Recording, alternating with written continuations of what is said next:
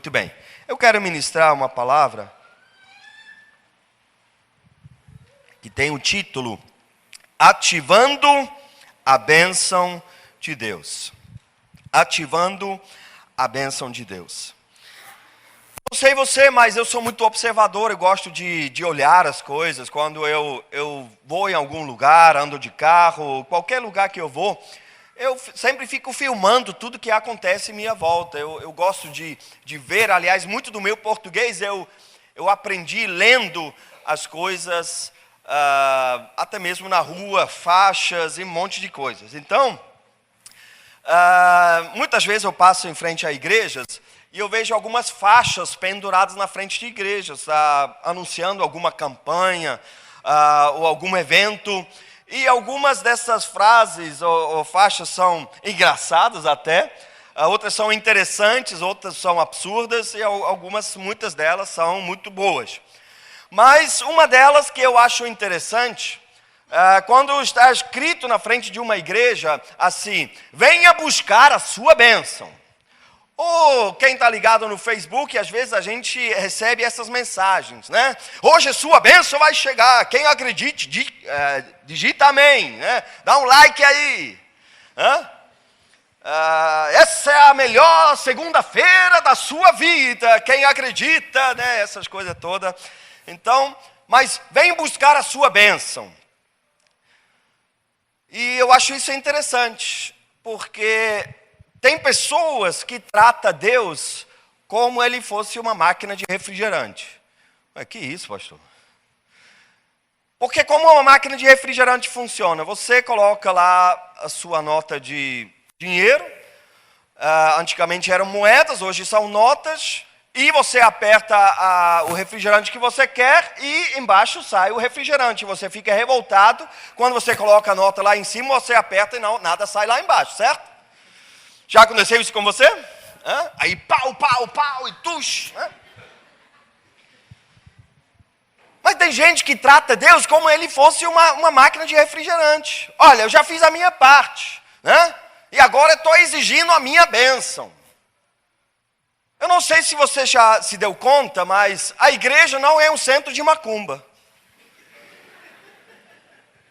Você vai lá para receber o seu passe, né? E depois, né, as coisas têm a acontecer. Depois você, né, faz o seu despacho evangélico. Mas parece engraçado, mas tem gente que funciona assim, não é verdade? Apesar que eles não matam animais, eles não fumam charuto, mas eles fazem suas campanhas de tantos dias, né? E faz um monte de coisa para receber a sua bênção. Depois coloca para todo mundo: olha, recebi a minha bênção, aleluia. Mas, queridos, a Bíblia em lugar nenhum nos mostra a bênção desassociada do abençoador, que é Deus. Tem até uma música que sempre vem na minha cabeça quando eu penso a respeito disso. A gente já cantou ela muito em festa da roça, não é verdade? Ela é baseada num texto sobre a luta de Jacó com o anjo. Aí ela vai assim: me dá minha bênção para depois subir. Aí ela está lá.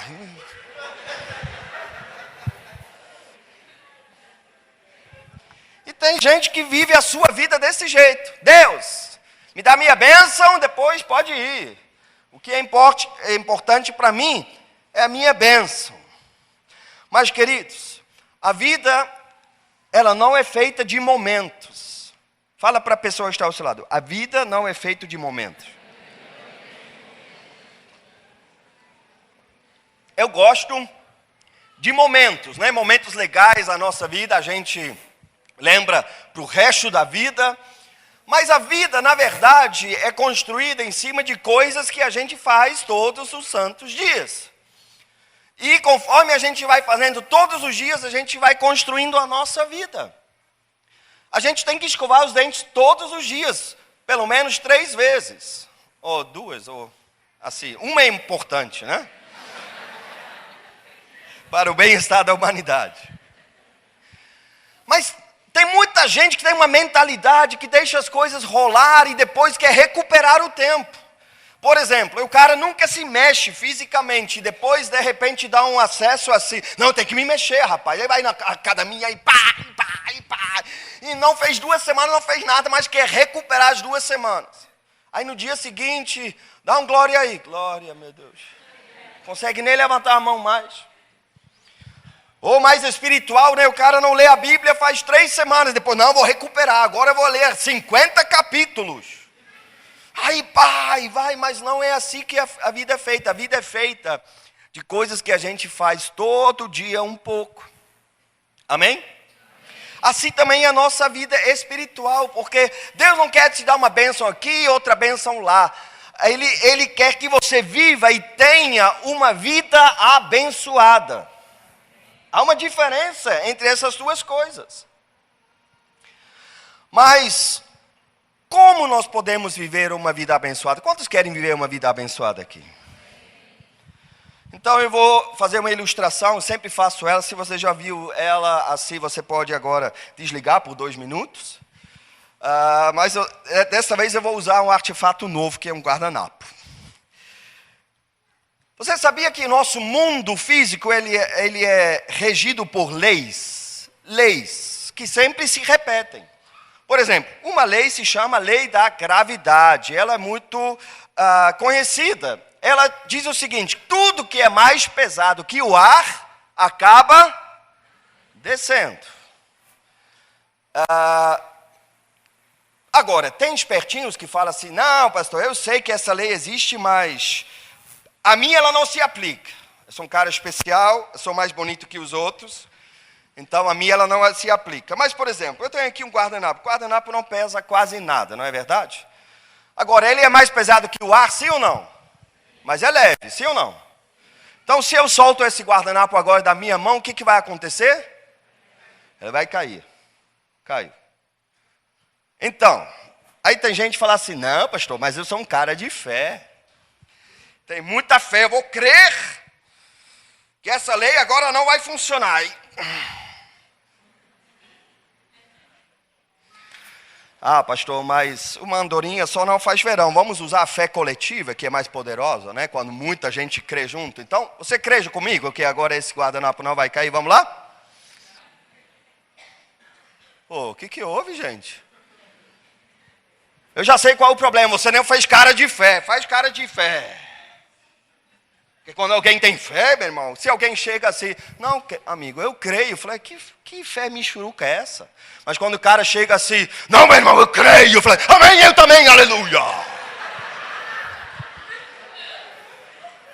Então faz, agora tu vai fazer cara de fé, rapaz. Vamos lá, cara de fé. Cara de fé, rapaz, não é assim. Cara de fé.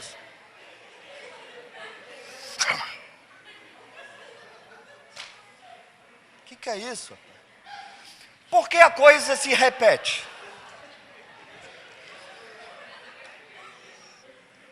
Olha, quando eu abro ele assim, ele vai dar um efeito legal. Ó. Mas mesmo assim ele cai. Porque há uma lei que rege esse negócio. Amém? Agora, querido, no mundo espiritual é a mesma coisa. Deus estabeleceu leis e princípios que sempre são os mesmos.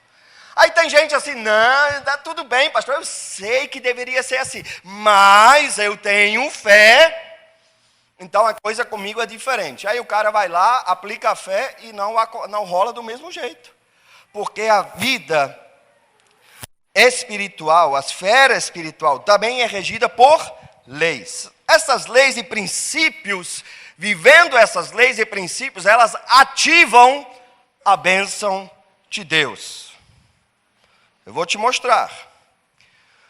Porque quando a gente vive as bênçãos e os princípios de Deus, as bênçãos não, as leis e princípios da palavra de Deus, a bênção sobre a nossa vida, grava essa, chega a ser uma consequência. É uma consequência.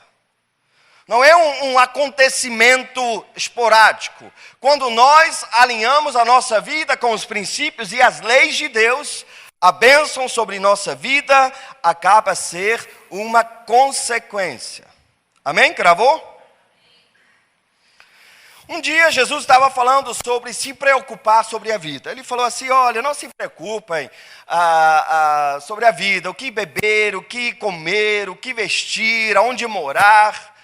Ele falou assim, até uma coisa forte, ele falou assim, os ímpios fazem isso. Ímpios são as pessoas que não se importam com Deus, que acham que Deus não existe. Ele fala assim, são os ímpios que façam isso. Mas vocês confiam em Deus. Aí depois ele fala ali num versículo muito conhecido, em Mateus capítulo 6, versículo 33, busquem, porém, em primeiro lugar o reino de Deus e a sua justiça, e todas essas demais coisas vos serão acrescentadas. Amém? Então, olha só, há uma lei espiritual aqui. Uma lei que sempre vai funcionar. Qual é? Você quer ter as suas necessidades supridas por Deus? Quantos querem ter as suas necessidades supridas por Deus? Todos nós queremos, eu creio. Mas para isso você precisa ativar uma lei. Qual é a lei? Buscar em primeiro lugar o reino de Deus e a sua justiça. Se você ativa essa lei, a consequência é a bênção que Deus vai suprir todas as suas necessidades. É desse jeito. Eu estava agora em Magé. Magé é uma coisa assim muito interessante, a igreja de Magé, o casal de pastores que muitos conhecem aqui, o pastor Gilson, a pastora Angélica. Isso está nítido na vida deles. Porque se eu conheço um casal que de fato aplicou seu coração na busca do reino de Deus, é esse casal. Eu, como discipulador, preciso às vezes brigar com eles para eles tirarem férias, para eles tirarem uma folga. Eles estão sempre pensando no reino de Deus. Eu ligo para o pastor Gilson e falo assim, pastor, a quinta-feira é a minha folga, mas eu tive que ir lá na obra, ver alguma coisa. Então, mas ele faz isso com maior alegria. E olha, como Deus tem suprido a necessidade desse casal. É uma coisa impressionante. Mas por quê? Eles ativaram essa bênção. Eles ativaram a bênção de Deus sobre a vida deles. Eles estão buscando em primeiro lugar o reino de Deus. Aí tem engraçadinho que fala assim, não, porque está roubando. Pô, aceita, essa é uma lei de Deus. Quando alguém busca em primeiro lugar o reino de Deus e sua justiça, Deus se responsabiliza para suprir todas as suas necessidades. Amém? Olha, vamos ler um texto aqui em Deuteronômio, capítulo 28. Um texto muito legal, muito conhecido. É um capítulo muito conhecido, que fala sobre a bênção e a maldição. Deuteronômio, capítulo 28, versículo 1 a 2. Que diz o seguinte. Se vocês obedecerem, presta bem atenção no que eu vou ler aqui. Se vocês obedecerem fielmente ao Senhor, o seu Deus, e seguirem cuidadosamente todos os seus mandamentos que hoje dou a vocês, o Senhor, o seu Deus, os colocará muito acima de todas as nações da terra. Todas as bênçãos virão sobre vocês e os acompanharão se vocês obedecerem ao Senhor, o seu Deus. Então, olha só, parece um pouco um contrário daquilo que muita gente pensa e faz. Eles correm atrás de bênção, mas aqui diz que se nós vivermos os mandamentos e estatutos do Senhor, as bênçãos, eles que virão sobre nós e nos acompanharão.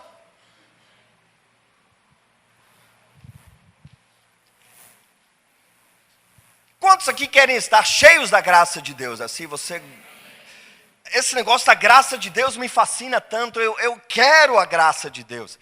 A Andresa estava aqui mencionando o dia de Pentecostes, né? O momento da igreja primitiva. Eu gosto que ela é descrita como uma igreja que estava cheia da graça diante dos homens e também da parte de Deus. Então a graça de Deus faz uma diferença. Toda vez que eu penso a respeito, eu venho uma imagem na minha cabeça daquele barco, daquele navio na antiguidade, que tinha aqueles bancos e tinha um monte no porão, né? Tinha um monte com remos, homens lá remando, né? E quantos já viram uma cena dessa? Normalmente tem um cara feio lá com um tambor, um bem gordão assim. Aí fica batendo o tambor, né? Assim, hey, man! Aí tá todo mundo, né? Aqueles caras bombados, né? E se um para de remar, aí manda chicote em cima e pá, vamos lá! Isso é a nossa vida quando a gente está sem a graça de Deus. A gente tem que ralar e tal, o pastor sempre tem que estar lá na frente, o dirigente de grupo familiar, o supervisor de setor, vamos lá gente, tem que fazer, eu sei que é ruim, mas tem que fazer assim mesmo.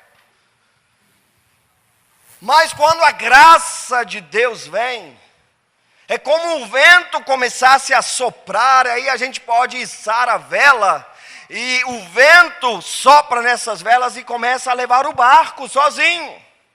E aquele cara lá no tambor vai poder falar, olha, recolhem os remos, porque não é preciso mais, e o barco vai até muito mais rápido que estava indo remando, sem ninguém fazer força.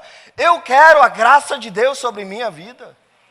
Coisas que às vezes a gente tentou fazer pelas próprias forças, nunca conseguiu, quando vem a graça de Deus, vai assim sozinho, sem fazer força, e muito melhor do que quando a gente estava fazendo força. Quantos querem a graça de Deus?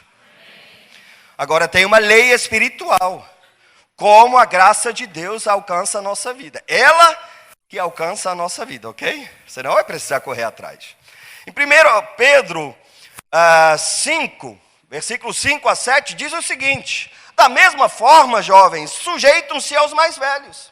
Sejam todos humildes uns para com os outros, porque Deus se opõe aos orgulhosos, mas concede graça aos humildes. Portanto, humilhem-se debaixo da poderosa mão de Deus, para que Ele os exalte no tempo devido. Lancem sobre Ele toda a sua ansiedade, porque Ele tem cuidado de vocês. Então, olha só, uma lei espiritual, ela não pode ser quebrada, sempre vai acontecer a mesma coisa. Deus resiste aos soberbos. Deus resiste, se opõe. Mas aos humildes, Ele concede a sua graça. Eu tenho visto isso, cara, eu tenho tempo de crente suficiente para afirmar isso com todas as letras para você. Quando um ministério se levanta, começa a ser usado por Deus, aleluia, que coisa, mas se o coração começa a se elevar, pode dar mais 2 anos no máximo, e a pessoa vai desaparecer. Porque é sempre a mesma coisa, Deus resiste aos soberbos. Mas se você quer ver um ministério prevalecente e crescente, você vai achar gente humilde ali. E não humilde é porque eu não sou ninguém, é porque eu sou muito pobre, é porque eu sou um pobre vermezinho. Nada disso, mas gente que sabe que não é o bambambam. Gente que sabe que é só uma peça no quebra-cabeça de Deus. Gente que sabe que nós não somos a única boa igreja nesta cidade. Humilde de aprender com os outros. Poxa, está legal ali, naquele grupo familiar está acontecendo, aquele líder de setor está fazendo um bom trabalho, deixa eu ir lá aprender com ele. Se você fizer isso, meu irmão, você vai sentir o vento do Espírito soprando nas suas costas e vai levar o seu barco. Deus tem compromisso com isso. Quantos estão entendendo? Diga glória a Deus. Quantos que querem viver livre, solto, eu digo assim, bem livre e leve, e sempre com a certeza da salvação à flor da pele? Quantos querem viver assim? É gostoso, né? Jesus veio para nos libertar. Então Ele quer que a gente vive dessa forma. Mas como posso viver dessa forma? Há uma lei espiritual por trás disso. Todos nós conhecemos o Pai Nosso, né? De onde não importa, mas a gente conhece. Então, é a oração, a forma, na verdade, não é a oração, é a forma de orar que Jesus nos ensina ali. Mas logo os 2 versículos que seguem o Pai Nosso, para mim são tão importantes quanto o Pai Nosso.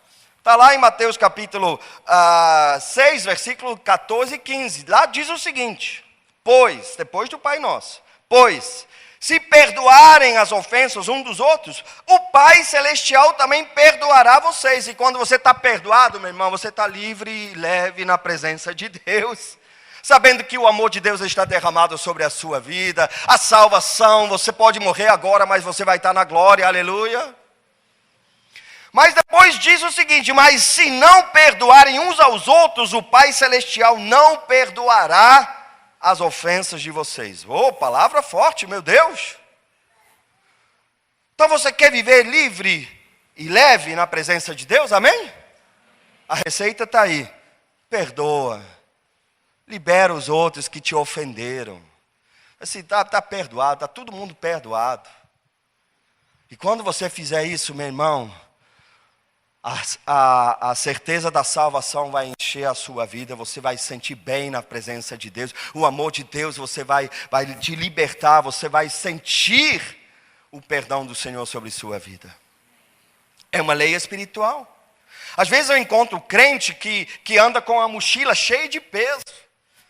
Sabe, pastor, eu não sei, Deus não me ama, e você vai pesquisar, tem um monte de coisa que nunca foi resolvida na vida dele, ele não consegue perdoar.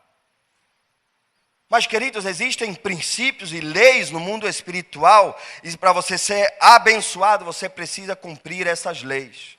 Tem gente que acha que tem alguma licença, igual o 007, o James Bond, para matar. Não, eu sou um cara especial, ninguém pode matar nesse mundo, mas eu tenho uma licença da rainha da Inglaterra, eu posso. Mas não é assim. As leis de Deus, graças a Deus, se aplicam a todos nós. Tem várias outras leis. Jesus fala assim, olha, não julguem, para que vocês não sejam julgados, pois da mesma forma que julgarem, vocês serão julgados, e a medida que usarem também será usada para medir vocês. Ô, fofoqueiros de plantão, ouviu essa?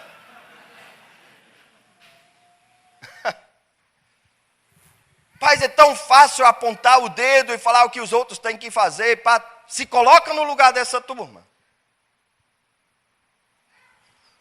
Estava falando hoje, né? É uma tragédia que aconteceu em Magé. Policiais entram atirando. Mas, querido, eu não queria estar na pele de um PM entrando numa comunidade. Você já se colocou... Eu não estou justificando nada. É uma tragédia. Mas você já se colocou no lugar de um policial entrando numa comunidade? Você não entra lá brincando, os caras estão tensos até o extremo. Com o dedo no gatilho, quando tem algum movimento errado, o cara manda bala em cima, porque senão vem bala de lá para cá. Mas é muito fácil julgar, não é verdade? Que não é você que está entrando lá. Então eu não quero justificar o que aconteceu, mas eu quero te incentivar. Não julgue, sabe por quê? Para você não ser julgado também. Deixa o julgamento nas mãos de Deus, Ele é o justo juiz. Tanto sobre você, quanto sobre os outros. E tantas outras leis tem assim. É dando que se recebe, é uma lei espiritual. Tem gente chateado com Deus, porque Deus não está abençoando financeiramente. Mas, queridos, quando alguém fala das finanças aqui, fala assim, está querendo dinheiro, e carrasco de pastor. Queridos, a lei espiritual é que dando que se recebe. Tem gente, agora eu estou chegando aos meus 43, agora em junho. Tem gente que fica desesperado na minha idade, porque eu não sabia, aliás, eu sempre ouvi falar, mas agora eu estou experimentando mesmo, a gente já está percebendo alguns sinais de velhice. Sério? Tu está rindo, né? Porque não chegou lá ainda, né? Eu também estava rindo o tempo todo, mas é verdade. Fica 2 minutos agachado fazendo uma coisa e tenta levantar depois. Pai, o negócio é complicado, né? Com um jovem a gente faz qualquer coisa. Vai jogar, o pastor Kleber outro dia, né? Falei assim, não, rapaz, eu tenho que me mexer um pouco. Aí fui correr. Quase que o homem bate as botas, rapaz.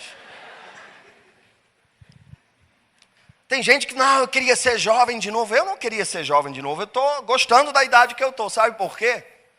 quando a gente é jovem, a gente vive muito no mundo da filosofia. A gente acha que vai ser, que vai acontecer, coisa assim. Agora eu estou com 43 e eu estou vendo que certas coisas realmente funcionam, que eu desconfiava aos 20 que as coisas eram assim mesmo. Mas agora, 20 ou 23 anos depois, eu vejo na prática que realmente faz muita diferença. Por exemplo, aos 20, fala, se estuda, não estudo, tanto faz. Aliás, aí aquela turma que só quer curtir a vida, acha os outros otários. O cara só fica em casa estudando. Mas agora eu estou com 40 e agora os que estudaram chegam para os outros assim. E aí? Não, rapaz, tem que curtir a vida, tem que ter o maior número de mulher que pode. Pá, esse negócio de casar cedo, ficar fiel à esposa, é coisa de otário, rapaz.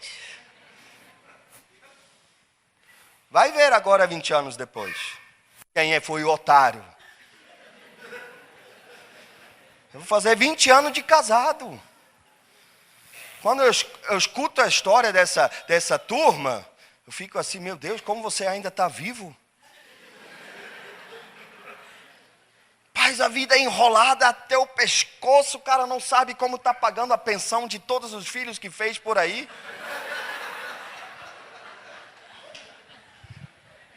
Mas você está entendendo, né? As leis do Espírito funcionam. Esse é o nosso desespero com os nossos jovens. Sabia? Eu quero que você, jovem, tenha uma vida fantástica. Você curte a vida, tranquilo. Mas aprenda essas leis desde agora. Por favor. Quando a gente fala sobre a área financeira, imagina, rapaz, eu descobri esse negócio de dízimos e ofertas quando eu já tinha mais que 20 anos. Imagina essas crianças que estão crescendo na nossa igreja, que já estão aprendendo esse princípio lá no grupo familiar, semeiam. Se eles continuam fazendo isso, o que você acha que vai acontecer quando eles tiverem 30, 40 anos? Ou você acha que Deus não vai cumprir a promessa dele? Imagina um jovem que coloca a cabeça no lugar, entende, lê a Bíblia, entende esses princípios e começa a aplicar os princípios de Deus na sua vida afetiva desde o início. Sem exceção, pode buscar quem você quiser. Se alguém pega alguém que se converteu depois dos 30 e pergunta qual é o seu maior arrependimento da vida? Sabe que sempre é a resposta? Eu deveria ter entregue a minha vida a Jesus antes. Sim ou não? Sim. Por quê? Jovens, vocês têm a oportunidade de, desde agora, alinhar a vida de vocês com os princípios da palavra de Deus, que ativa a bênção do Senhor. Vocês têm a oportunidade de construir uma vida abençoada. É isso que nós queremos. Nós não queremos travar você. A gente não quer que você fique, você é crente muito chatice, não posso fazer nada. Não, você pode fazer tudo dentro dos padrões de Deus. Você não me ofende quando você quebra os princípios de Deus. Eu fico triste, sabe por quê? Porque quem vai sofrer é você. Pais, às vezes nós temos jovens promissores assim na casa de Deus. Pelo amor, eu falei um dia para um cara lá em Magé, rapaz, eu queria ter o chamado de Deus sobre a minha vida que Ele deu para você. Mas hoje está já segunda vez casado, não constrói nada na sua vida e tudo por causa de bobagem. Mas eu tenho certeza, no meu coração, Deus me mostrou que o chamado da parte de Deus sobre a vida dele é muito maior do que o meu. Tem jovens que agem igual o Esaú, que trocou o direito da primogenitura por um prato de lentilha. E eu não fico chateado com você, mas eu fico triste por você. Tem jovens que fazem coisas que depois pedem perdão a Deus, mas nunca vai ser mais a mesma coisa. Nunca mais é. Então, jovem, aceita o discipulado. Aceita as palavras de pessoas que já viveram um pouco mais tempo, que já viram esses princípios em ação em nome de Jesus. Amém? Estou terminando. É por isso, queridos, que nós insistimos tanto para você ler a Bíblia, sabia? A gente não precisa prestar conta a ninguém. Olha, na nossa igreja, tanta gente lê a Bíblia. Né? Depois alguém fala assim, poxa, parabéns, a sua igreja realmente é muito boa. Por que a gente quer e insiste para você ter o seu tempo sozinho com Deus? Para você conhecer a Deus. Para você conhecer o caráter dEle. Para você saber como Ele pensa. Para saber o que traz bênção e o que traz maldição sobre a sua vida. E depois você seja inteligente para viver uma vida que atrai, que ativa a bênção de Deus. É por isso que a gente quer que você leia a Bíblia.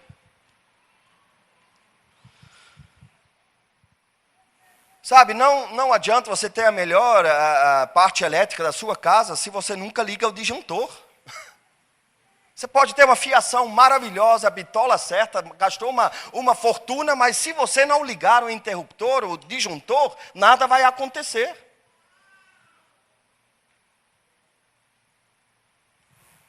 Nós precisamos ativar a bênção de Deus na nossa vida, amém? Ah, pastor, então eu não preciso mais orar, subir monte, fazer campanha, vigília, porque é só alinhar a minha vida. Não, você deve fazer. Mas sabe o que você deve fazer? Sabe pelo que você deve jejuar? Não é para receber a bênção. É para Deus ter misericórdia dos seus familiares, para consagração pessoal. Você deve jejuar, fazer campanhas para Deus mudar a sorte dessa cidade. Você deve jejuar e clamar a Deus e passar vigílias para Deus ter misericórdia do Brasil. Para essas coisas você deve se orar, clamar, buscar, levantar de madrugada e falar, Deus! Mas não para receber a sua bênção. Vive a sua vida alinhada com as direções de Deus e a sua vida será uma bênção.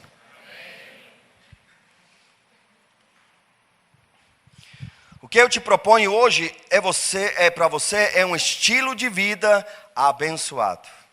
Um estilo de vida abençoado. O último exemplo que eu quero te dar é o seguinte: quando a gente vive ou está perto de um rio, o rio tem um lugar onde tem uma correnteza. Mas quando o rio é mais largo, tem piscinas naturais, ou o rio ali faz tipo um redemoinho. Não é uma coisa gigantesca, mas ali dá as voltas, mas a correnteza está em outro lugar. E quando a gente é crente e não liga para essas coisas, a gente está ali em algum lugar, tentando sair, aquela coisa que levanta, cai, levanta, cai, levanta, cai, levanta, cai, vai para frente, vai para trás. Parece até cantor de pagode, né? Aquele... Não, nunca sai do lugar. Mas sempre tem um sorriso no rosto, né? Ai, ai, oh, ai, ai, oh. Tem crente assim. É verdade? Sim ou não? Está sorrindo, não, paz do Senhor, meu irmão. Mas a vida dele, daqui a 20 anos, é passinho para frente, passinho para trás. Então, queridos, mas, sabe, se você está rodando ali em algum lugar, eu quero te convidar a você voltar à correnteza. O que é a correnteza? É a bênção do Senhor, ela vai te levar, ela vai te alcançar. Se alinha com os princípios da palavra de Deus. Para de correr atrás da bênção. A bênção vai correr atrás de você, em nome de Jesus. E a última coisa.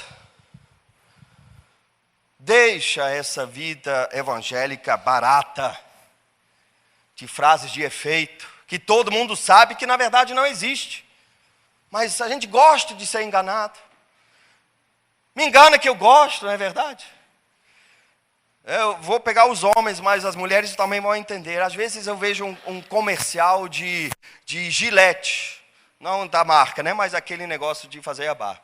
Todo homem sabe que fazer barba é chato pra caramba. Sim ou não, homens? Oh, coisa chata, cara. Eu uso barba porque eu não gosto de fazer barba. É a única razão. Não acho nem bonito, mas eu detesto fazer barba. Agora, quando eu tenho que fazer barba mais que uma vez por semana, e né, eu tenho um evento, quando o cabelo está curto, eu tenho que raspar, rapaz, eu fico sangrando muito aqui embaixo, parece um filme de terror. O Daniel um dia me viu e ficou assim, tipo, meu Deus, papai está morrendo. Então todo mundo sabe que é a maior luta, sim ou não? Aí vem um comercial da Gillette. O cara coloca a espuma toda bonitinha, aí pega a Gillette e faz assim. E tá lisinho, rapaz, parece um bumbum de bebê, assim, olha que coisa. Fala sério, você acredita nisso? Todo mundo sabe que aquilo é mentira, na verdade, ainda faz sorrindo assim, um bonitão, dente branquelo, né, assim. Todo mundo sabe, mas tem gente que no meio da igreja gosta dessas coisas também. Sofre nunca mais, eu quero, é muito legal. Pô, vai contar a historinha para os outros, rapaz. E tantas frases de efeito é uma fé evangélica barata. Contos de fada, fábulas que o pessoal conta por aí.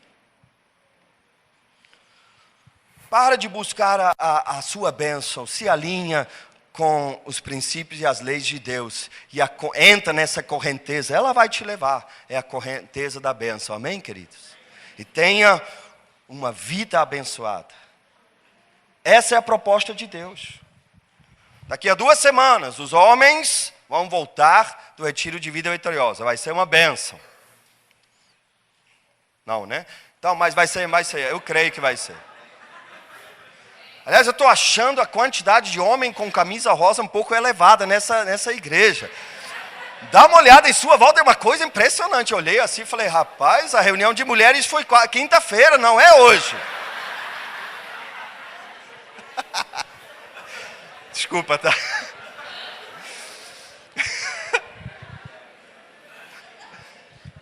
Mas, queridos, o mesmo princípio se aplica ao Retiro Vida Vitoriosa. O Retiro Vida Vitoriosa não é para ser um momento. Não é para ser 2 dias de bênção. É para ser o início de uma vida vitoriosa. Não é, eu estou tão para baixo, eu preciso de um Retiro Vida Vitoriosa. Não, é o início para você viver, para você se alinhar com os princípios de Deus. E a partir dali, viver uma vida vitoriosa. Aleluia, glória a Deus. Amém?